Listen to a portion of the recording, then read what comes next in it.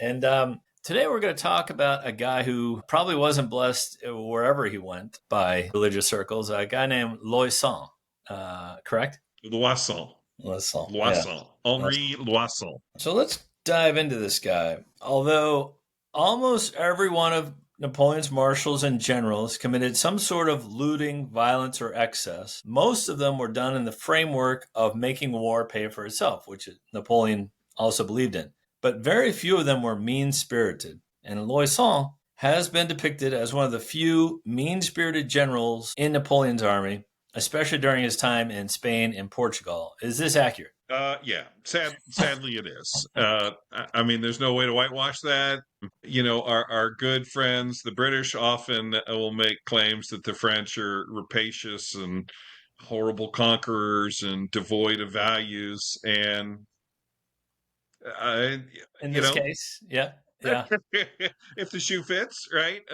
But yeah, we're just going to talk about this guy who was born in May 1771 in Danvilliers, France. What do we know of his upbringing? So he actually had a pretty good upbringing. Danvilliers is in the northeast part of France near the Luxembourg border. His father was a noted jurist who was a lawyer. So he grew up in a comfortable background and, in fact, had access to a good education. He did not take advantage of it. His father was part of the Constituent Assembly when the French Revolution broke out, but probably one of the more conservative members from the Third Estate. That is to say, he's still, revolutionary in his mindset and things have to change. But he was rooted more in tradition than not. And Loison sort of chafed under that. Mm-hmm. He goes into military service, originally trying to enroll in a colonial outfit. That doesn't last long, and then when the revolution begins, joins the French army. Both times being actively discouraged by his family, but he did it anyway. Yeah, it seems like he joins in 1787 but leaves shortly thereafter, but returns in 1788. And when the outbreak of the French Revolution in 1789, he's made a junior officer. Yeah. Seems like his career starts to begin at this point. So, early, what's pretty much common with those early volunteers, 1791, 1792. First of all, he can read and write. So that's a great springboard to promotion. Also, his father is in the Constituent Assembly, so he has a little bit of connection there, and so that sort of gravitas, I mean, such as it is, he gets to jump the line and become a second lieutenant. Shortly thereafter, he kind of distinguished himself in two things that he's going to be known for. One, he leads a cavalry charge basically by himself at the Battle of Wattignies against the Austrians. But he also develops his other reputation, which isn't the not so good one. He begins to develop a reputation as a plunderer who was notorious for sacking captured towns and fortifications like the Orval Abbey. Yeah. What happens here? So at Wattignies, he's on the extreme right flank of the French army. The Austrians attack most of his compatriots, volunteers, especially in 1793, as we know, often break and run. In fact, most of the units around him not only broke, but threw down their muskets so they could run faster. He kept his head and, at the head of a cavalry detachment, charged the Austrians and forestalled them long enough to sort of retrieve the position. So there would not be a French soldier, French officer, who would ever question Loison's bravery. He's often at the front. He's often leading by example, wounded, not like Oudinot, no one is, but he is wounded on multiple occasions. He has that bravery, and he's a good officer in that sense, but he also has that dark side. Yeah. It said he burnt this abbey down because it was providing hospitality to Austrian troops. Yeah, that's one explanation. Another one was that it was thought that maybe that abbey would have been the final destination for the French monarchy as they're making the flight to Varennes. So there was some speculation that maybe there was some collusion going on there. And, he grew up in the area, and the reputed wealth of the abbey was, great. So for nearly a week, his soldiers, he occupied that area, and they systematically looted everything, John, not just money, not silver plate. We have contemporary accounts, they're taking mattresses, they're taking bed frames, chairs, tables, I mean, literally, if it's not nailed down, it's going. Right. And again, let's frame it with this is the French Revolution where there's a lot of anti clerical thought and, aggression. So maybe within that, but still, that seems extreme to sell the mattresses. Okay, so I went there and I thought, all right, well, obviously he's a child of the revolution. This is some revenge against the church. But the eventual Archbishop of Liège, who happens to be the nephew of War Minister Clark, wrote that Assault is not anti-clerical and not antisocial. He's just for himself. So he isn't doing this out of he's not Saint Just, the revolutionary Saint Just, who's going after the church on purpose. It's a fabulous source of wealth, and he's going to plunder everything out of it.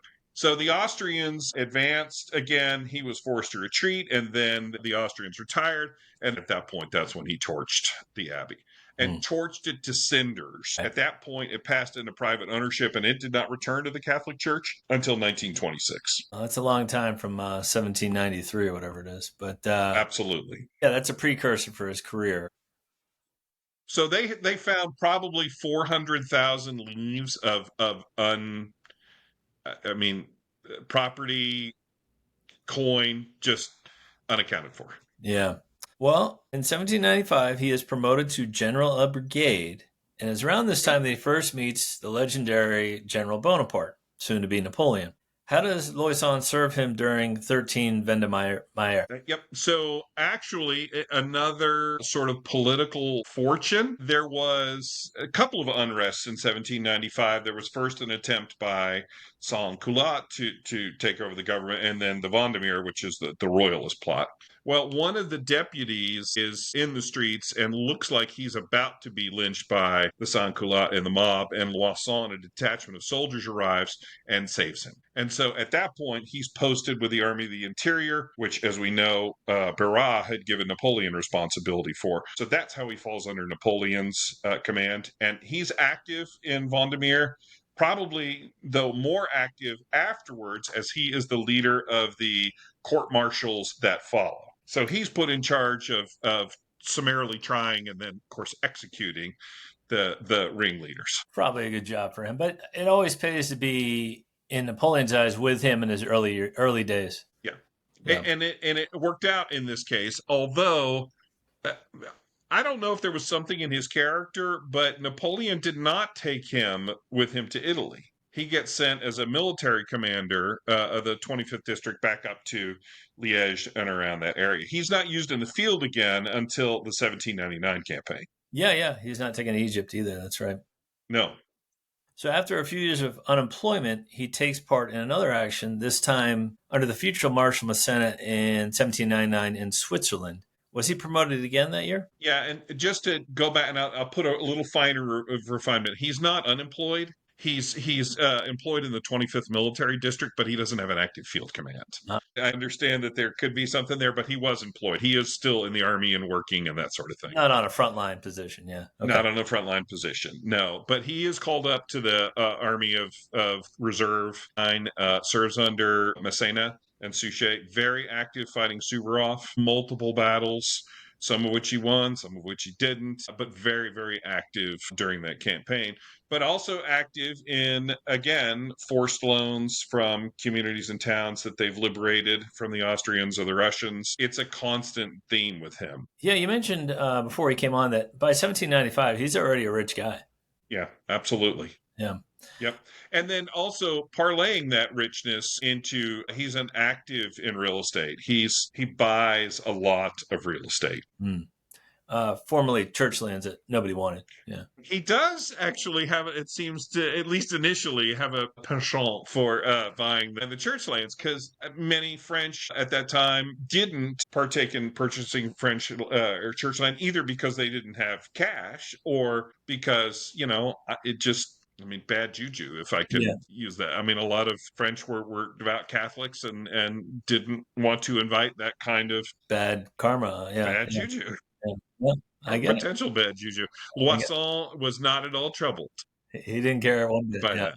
No. Well, in 1800, Loison is wounded during Napoleon's crossing of the Alps in his campaign against the Austrians. Do we know how he was wounded? Yeah, so they're coming out. The French are coming out of. They've crossed the passes in northern Italy. There was a town of Bard dominated by a fortress, more of a medieval fortress. But the way that the sides of the cliffs worked, there was a river that came out of it, and then Fort Bard dominated this. And so the French had to figure out a way to get out of it. And lots of awesome things. This is where Marmont put the tubes into sledges and pulled it around. They found some goat paths to try and get around it, but Loison was leading the actual assault on Bard and got gotten. Okay. Well, in 1804, he receives the Legion of Honor and is commanding troops in Marshal Ney's famous Sixth Corps. And Mm-hmm. he's instrumental in Ney's victory at Elkingen, correct? Yes, Ney was hotly engaged there as Mack is trying his feeble attempt to break out, and Loison shows a great deal of initiative here. Ney had the basic battle plan, but Loison initiates moving up, supporting the other division whose name I have forgotten. But anyway, he advances at the right minute and secures the battle. And as you know, being the big Ney fan that you are, this was one of Ney's signature victories. The French lost fewer than 1,000 people, and the Austrians lost close to 4,000, and then more captured on top of that. It ended Mack's campaign. Yeah, and this is the point where Loison begins a long career serving under Ney, and people are like, well, why would Ney employ this guy? Well, like you said earlier, he was brave and effective. Yeah, he was brave and effective, although that same campaign is the reason they have a falling out. Because, as you know, Ney is not involved in Austerlitz because he's sent to guard the passes, basically, between Italy and southern Germany. Mm-hmm. So Ney is ensconced primarily in Innsbruck and around that area. But again, Loison is extorting, financial contributions from these towns. And at one point, Ney forced him to return nearly 300,000 livre worth of specie, and the two never had a good relationship after that again. Yeah, yeah, I know. It's funny. Napoleon did a similar thing to Massena, and when they make him return the money, they get very upset or they confiscate the Yeah, they money. do. They do. Yep. Well, in 1806, his bad luck continues. Loison is involved in a hunting accident, which resulted in his left arm being amputated. Do we know what happened here? Yeah, and again, our source for this is that Archbishop of Liège, who happened to be Minister Clark's nephew, and he wrote that the accident happened on the 19th of March, and apparently they were setting up the hunt, and the animals got released, and I thinking it was rabbits, but I'm not sure. And a rabbit bolted to the left, and somehow there was a musket that was propped up, loaded against a thing, and then moved or fell, and it caught Loison. It fired. It was loaded and Mhm. cocked and ready to go, and it fired and caught Loison between the left elbow and left shoulder, Uh, and tore basically most of the flesh away and shattered the bone. And so the only suitable treatment was amputation. amputation. So they did successfully amputate, and then he's later in 1806 involved in campaigns. He's active in Hesse and in Hanover, so he's fighting less than 6 months later. So it was a good clean amputation. Yeah, and he recovers quickly, clearly. Well, in 1807, he takes command of the 2nd Division under your favorite guy, General Junot, for the invasion of Portugal. How does this invasion go? The invasion went fine, and Loison was a last-minute replacement. Actually, the original commander got sick, and so Loison is a last-minute replacement. And the invasion itself goes fine, as we've talked about. It does the It's job. really the occupation and then the Portuguese insurgency that where Loison acquires his really sinister reputation. Yeah, let's discuss this. He gets the famous nickname of Maneta, or One Hand. And it Yeah. seems he and his troops leave a swath of destruction in Portugal wherever they go, correct? Yeah. So the complication happens that the French army occupied Portugal the last day in November in 1807. We know from the 2nd of May in 1808, the revolt breaks out in Spain. It takes a little while longer for it to break out in Portugal because the Portuguese don't have the resources, and there's a French army occupying their country. So as the Portuguese insurgency begins to grow, Junot sends Loison up to Almeida from Lisbon.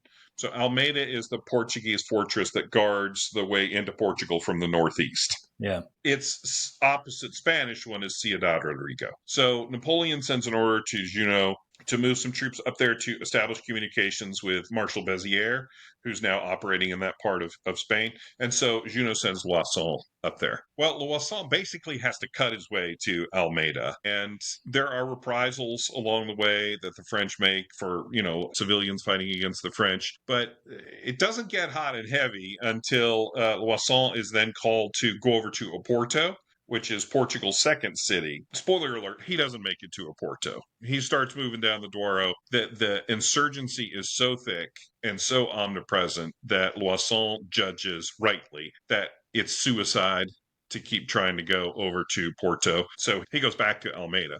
But as he goes, the contemporary sources say you can chart Loison's retreat by watching the plumes of smoke from all the villages he's set to fire. There's one anecdote where he puts to the sword the entire population of a village.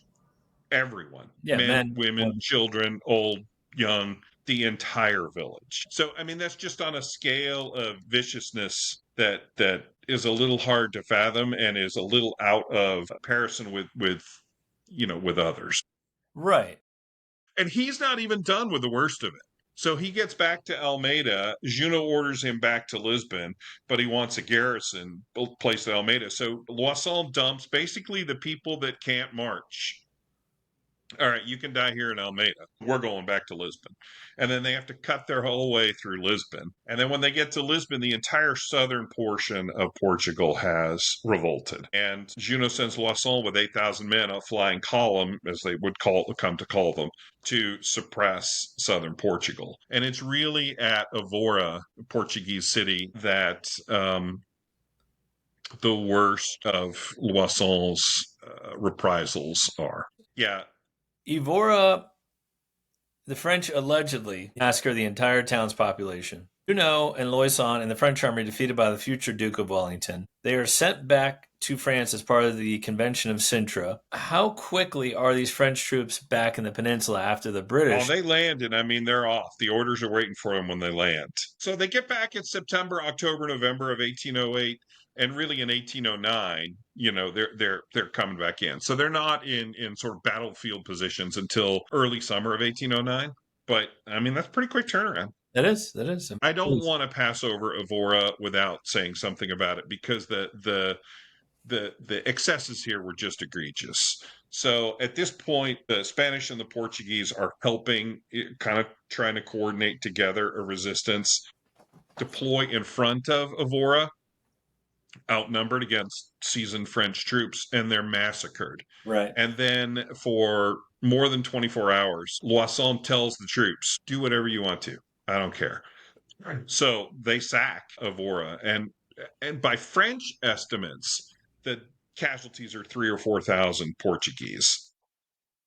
It's probably more than that, and also 4,000 captured as prisoners. And, we have contemporary accounts of French soldiers bayoneting old men, women, sometimes children. It really, really was an egregious thing. Well, yeah, and he earns the reputation, Maneta. Like the Portuguese want to find and kill this man. Now, at the next battle of Porto, they do capture a French general, General Foy. Yes. What happens here? So ironically, Foy was also in Junot's first army, and so he was doing some reconnaissance of Oporto. This is Soul's second invasion. A noted nice guy, Portugal. A nice man. Foy is a quality human being and a very good and capable officer who has a fantastic career after this. But he's reconnoitering Oporto and got a little too close, and the Portuguese captured him. They stripped him naked and they drag him into the streets of Oporto, and they start chanting to kill him, kill Maneta. Foy has enough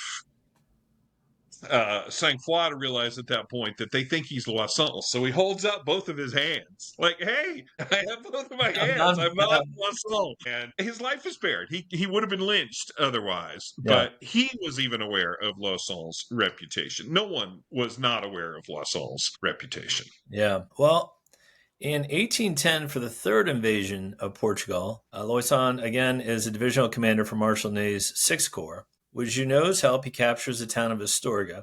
He also helps Ney capture Ciudad Rodrigo in 1810. Mhm. But Ney is eventually sent back to France for insubordination by Marshal Massena. Loison takes over Sixth Corps, but he is no Ney, in my opinion. And after a near-run loss at Fuentes de Enoro, Massena is sacked by Napoleon. What happens to Loison when Marshal Marmont takes over? So what happens is Marmont completely reorganizes the army, and he does away with the corps. So all the corps commanders like Junot and Loison, Bertrand are sent back. They don't have a role anymore, and it's just Marmont and 6 or 7 divisions. Now I should mention just real quick, in 1810, during that third invasion, he fights bravely and well at Busaco, almost gets to the ridge before getting caught in a murderous crossfire and sent packing.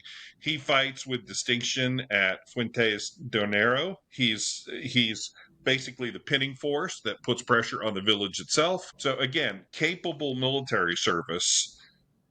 If you overlook the, I mean, in Spain, he's ransoming nuns, for heaven's sakes. I mean, nobody takes nuns to ransom them. Massena made him give the nuns back. The nuns got back safely. I'm happy to report the nuns got back safely. But I mean, he has no morals. He has no scruples. Yeah. He was noted by some of his contemporaries for his lack of empathy. Well, you wonder why the marshals and Napoleon kept employing this guy. I mean, they had good, capable generals like Foix and some of these other ones, that were good Yeah. men. And you wonder how he kept his role. Well, he's personally brave and he's competent. We did gloss over one of the areas where he almost got court-martialed, that second invasion of Portugal. He abandoned the position that was the linchpin for the French retreat, and then after Soult was defeated, he was put in a really hard place. Hmm. Loison was almost court-martialed there. Okay. But there wasn't any proof that there was some story that there was a conspiracy to abandon a position, and there was no proof. But Soult wrote back to Napoleon and said, this guy does not belong here. He adds no value. Well, it's interesting because like his career now it's reached its apex and it goes downhill pretty quick. In 1812, he's in command of a reserve division of 10,000 German and Italian boys during the invasion of Russia. And tragedy strikes again. What happens to this division that Loison is commanding? Well, all right. So the two things going on here. These are raw conscripts. They're moved from Danzig, Königsberg, and then they're sent into Russia. But they're sent into Russia at the worst possible moment. These folks are camping without shelter when the temperatures hit 35 degrees below 0 centigrade. So basically, the entire division, these are all raw recruits. They don't know how to handle this. And the whole thing just vaporized.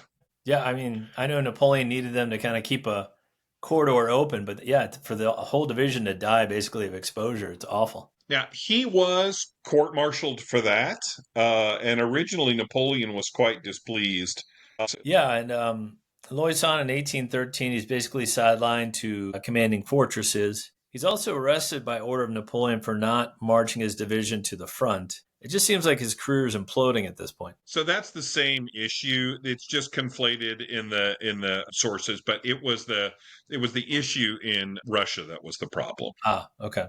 Yeah. Well, he's unemployed in 1815 and dies a year later in 1816. What do you think this guy's legacy is? Well, for the people that matter, he did rally to Napoleon in 1815 when the 100 Days happened, and he was at that point a military examiner for several military divisions, especially for gearing up the National Guard and getting them ready. So he had a minor role to play. But then November of 1815, he retires and then dies very shortly thereafter. There's a phrase in Portuguese today, pro Maneta, which basically means go see the one-handed. So if you're in trouble, like if you've done something wrong and you know you're about to face the consequences, Yeah. the Portuguese will say pro maneta, like go see the one armed. Oh, man. And, I think that's probably a fitting legacy for this guy. Yeah, not a good one. Not a good one. Yeah. Well, I thank you for that, Charles. It was very interesting on a guy that I didn't know much about, quite frankly. So I'm glad you educated all of us on that. Yeah, and we just scratched the surface. We could go on. There's a ton of stuff here on this guy that's quite colorful. Yeah, that's always the pitfall of my wonderful podcast. Like, I mean, I just did one on Suvorov. We could go 5 hours on that guy, but it's like, yeah, it's just You try and get the highlights of each individual. But if you want to learn more about Charles, you can find him on Blue Sky. Bisky, I think it's BSKY. Bubbles Vampire. If you're not on Blue Sky, are you on Facebook as well? No, I'm just on Blue Sky. That's my only social. I'm on Instagram, but I kind of forget. I don't post anything there. I forget what my handle there is. Okay, Blue Sky it is. We thank Charles for his time as always, and we love having him on the show. Thank you, Charles. I appreciate it, John. Invite me anytime.